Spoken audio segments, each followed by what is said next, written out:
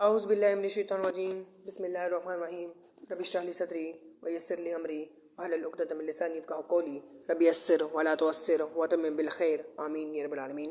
سیرت النبی part number 20 کے ساتھ ہم آپ کے سامنے حاضر ہوئے ہیں، جس میں جنگ بدر کی تیاری اور پہلی عظیم آزمائش اس میں ہم ڈسکس کریں گے۔ تو اللہ تعالیٰ ہم کو سیرت پر چلنے کی توفیق عطا فرمائے۔ اور مدینہ میں اسلامی ریاست مضبوط ہونے لگی تھی، لیکن مکہ کے قریش اس ترقی کو برداشت نہیں کر رہے تھے۔ وہ مسلمانوں کو جائیدادیں ضبط کر چکے تھے، مظلوم کر رہے تھے، مدینہ کے خلاف سازشیں کر رہے تھے۔ اب ٹکراؤ ناگزیر تھا۔ قریش کے اقتصادی حملہ جو ہے وہ ہجرت کے بعد مہاجرین اپنے اپنے گھر، کاروبار، مال سب چھوڑ آئے تھے۔ قریش نے کہا مسلمانوں کا سارا مال ہمارے حق میں ضبط، یہ ظلم تھا۔ رسول اللہ صلی اللہ علیہ وسلم نے مدینہ کی مالی بحالی کے لیے قریشی قافلوں پر نظر رکھنے کی اجازت دی۔ تو ابو سفیان کا بڑا تجارتی قافلہ، ایک بہت بڑا قافلہ شام سے واپس آ رہا تھا، جس میں 1000 اونٹ تھے، 50,000 دینار سے زیادہ مال تھا۔ سربراہ اس کا ابو سفیان تھا۔ یہی وہ مال تھا جو مسلمانوں سے چھینا گیا تھا۔ نبی کریم صلی اللہ علیہ وسلم نے ایک چھوٹا لشکر تیار کیا تاکہ قافلے کو روکا جائے، لیکن ابو سفیان بہت چالاک تھا۔ ابو سفیان نے خطرہ محسوس کرتے ہوئے جاسوس بھیجے، خفیہ راستے اختیار کیے، قریش کو فوری پیغام دیا۔ پیغام یہ تھا، مدینہ سے محمد اپنے ساتھیوں کے ساتھ ہمارے قافلے کو روکنے آ رہے ہیں، فوراً مدد کو نکلو۔ یہ اس نے پیغام دیا۔ قریش نے غصے، غرور، انتقام سب کچھ ملا کر ایک بڑی فوج تیار کر لی۔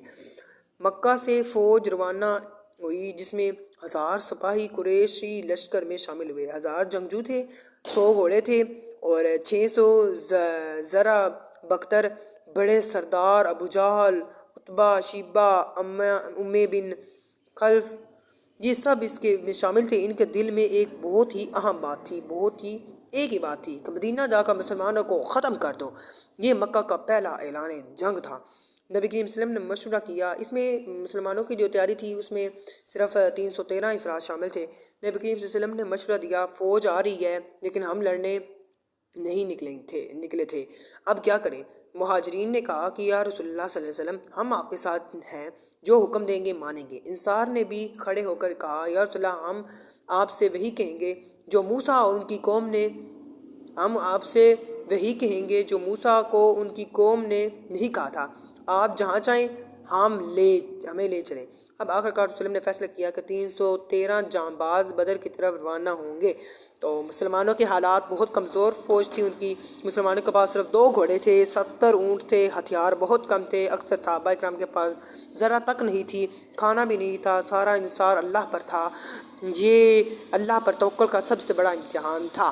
تو بدر کا مقام تھا، جس میں مدینہ سے تقریباً 80 میل دور یہ جگہ ہے، اور پانی کے کنویں کی جگہ تھی، پہاڑی میدان تھا۔ یہ جنگ یہاں ہونی ہی تھی۔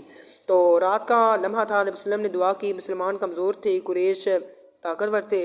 رات کو نبی صلی اللہ علیہ وسلم نے ہاتھ اٹھا کر روتے ہوئے دعا کی، یا اللہ، اگر آج یہ گروہ یعنی مسلمان ہار گیا تو زمین پر تیرا نام لینے والا کوئی نہیں ہوگا۔ اللہ نے سکون نازل فرمایا، مسلمانوں پر نیند طاری ہوگی، دل مضبوط ہو گئے۔ اگلا پارٹ انشاءاللہ تعالیٰ جنگ بدر کی آغاز، فرشتوں کی مدد۔ انشاءاللہ تعالیٰ یہ پہلی وہ جنگ ہے جس میں اللہ تعالیٰ نے فرشتوں سے مدد فرمائی، لیکن اللہ تعالیٰ تو ہر جنگ میں مدد فرماتا ہے۔ یہ تفصیل سے ہم پارٹ نمبر 21 میں پڑھیں گے، جو سیرت کا بہت اہم پارٹ رہا، اور یہ پارٹ نمبر 21 سیرت کا بہت اہم پارٹ ہے، اسے کو مس مت کیجیے گا، مسٹ واچ کیجیے گا۔ پارٹ نمبر 21 میں ملاقات ہوگی۔ سبحانک اللہم و بحمدک، اشہد ان لا